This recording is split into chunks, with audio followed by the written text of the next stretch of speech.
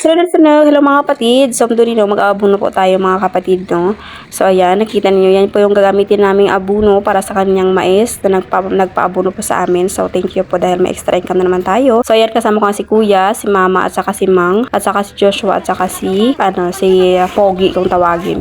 Pero Pogi naman talaga siya, charot. So, ayan nga, no, nilalagyan ko na nga ng yung aking sabakan. Yan, nakikita nyo, ganyan po yung sabakan namin, yung sako na DIY. At saka, yung sako po ng abuno na binili, yun po yung ginawa naming, yung sabakan para po lalagyan ng abuno. Yun po.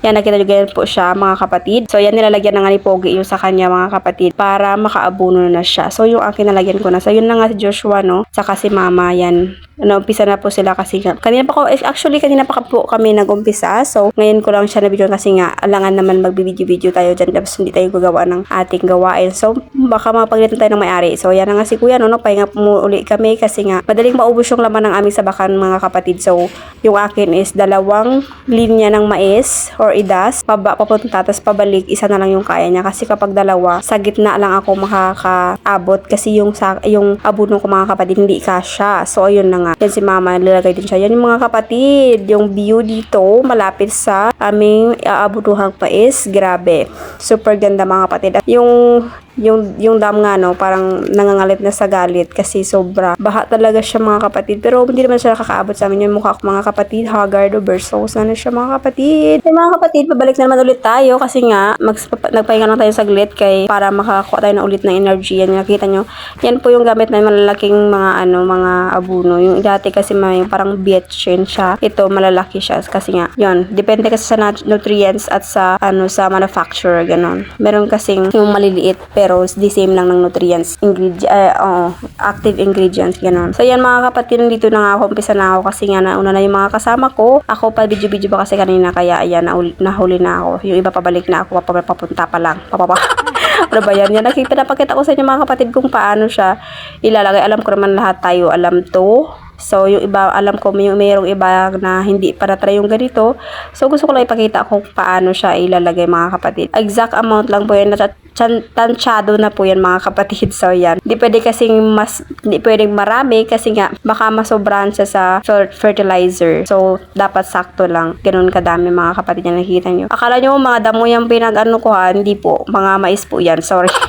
Pasensya na kasi nga pag spray nila dito hindi masyadong namatay kasi nga binagsakan na agad ng ulan. So ayun. So ayan, mga kapatid, mga kasama ko, ang bilis nila, no? Ako para akong pagong na naghahabol-habol. Pero mabilis din naman ako minsan. Kaya lang, ayan. Kaya lang na ako kasi nga video pa tayo, guys, mga kapatid, para makita ninyo kung paano yan igagawin. So ayun. Alam ko naman, alam niyo to, pero I just wanna share, mga kapatid. Charot. Yun, mga kapatid, yan. Ito naman, mga kapatid, is trinay ko siyang gamitin yung parang maliit na yung ginagamit namin pang salok sa abuno sa aming sabakan. Itong time to, mga kapatid, is nagpapahinga po kami. So, gusto ko lang ipakita sa inyo kung paano siya itatapon, ganun, charot. So, ayan, mga kapatid. Dito, mga kapatid, sa pahinga na nga kami at sa mamaya mga saglit is yan. Nagpunta nga ako sa tabi ng ilog kasi nga gusto kong makita ninyo yung chocolate na sapa. Yan, river. Yan, makikita nyo.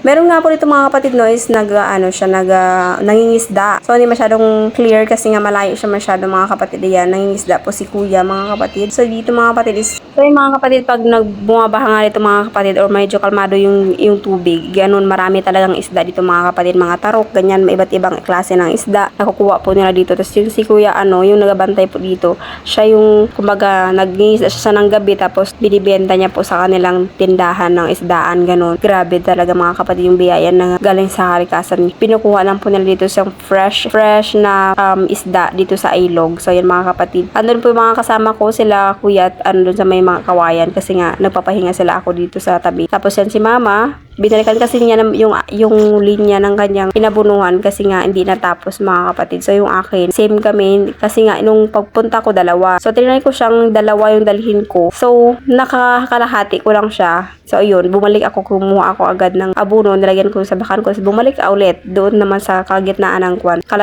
ng aking pinabunuhan. So, ayan, nandun na si Mama, binalikan niya na. Pero tapos na ngayon kanina, mga kapatid. So, yun, pinagpatuloy niya na lang yung isang linya na dinaanan niya kasi nga ganun para matapos mga kapatid ko. Kaparoon man yung mais, no, pag iniwan mo na walang abono, so ang hirap ng ganun. So yun, kailangan nating balikan. Charot, sana ulit balikan. Charot! So yun mga kapatid, andun na nga si mama. So yan nga ako mga kapatid, no, haggard over sosa ng peg, pero masaya pa rin dahil may pera mamaya. Charot.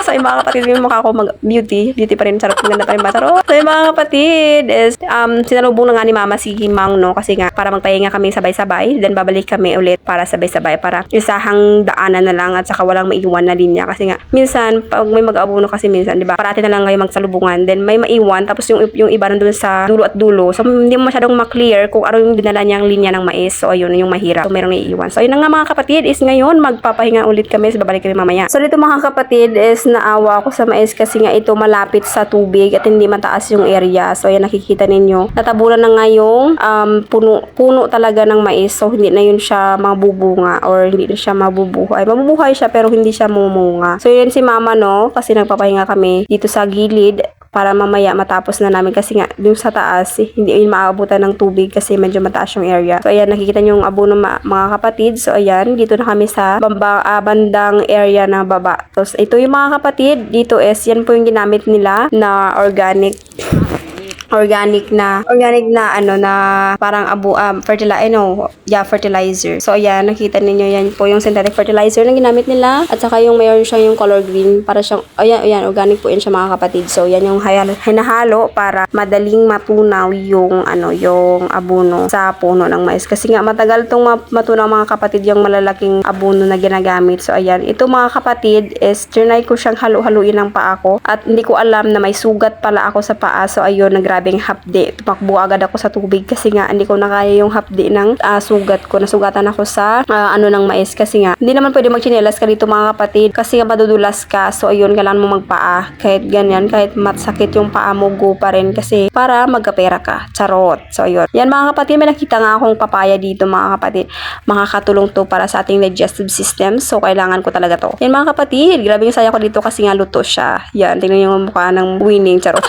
Winning dahil sa papayang luto. So ayun, thank you rin kay mama kasi tinuro ni mama sa akin. Hindi ko nakita yung kanina mga kapatid. So yun, tinuro niya sa akin. Sobrang saya ko kasi nga naghahanap talaga ako noon papayang luto kasi nga hindi ako madaling magbawas mga kapatid. So yun mga kapatid, so, yun lamang po is ngayong uuwi na kami. So may pera tayo mamaya. Charot, pangbayad ng So yun mga kapatid, salamat sa inyong panonood. So yan po yung dam na pinangisdaan nila kasi nga maraming isda ito mga kapatid. So salamat po sa inyong panonood. At ito na nga mga kapatid, dito na nga ako dumaan sa kabila kasi nga sila mang doon sa kabilang yung shortcutan. So dito ako nagbaan sa daanan talaga. Yan, pinaano kayo kasi mainit masyado mga kapatid, kaya natin magkalo, masunog yung ating balat. Sarot. Nasunog na nga, dadagan pa ng kasunog. Yan, doon po sila dumaan mga kapatid. So dito ako dumaan sa taas kasi nga titingnan ko yung kambing kasi nga puro na lang ko kasi nga charot. Kasi ko po sa lalaking kambing yung kambing kasi nga naghanap na nga siya ng lalaking kambing. Gusto niya lang magkaanak. So yan, nasugatan ako kanina mga kapatid kasi nga naano yan siya sa sako. So nagagasgasan. So nagiging sugat. So yun lamang mga kapatid. At sana po suportahan niyo ako mga kapatid sa aking daily life routine in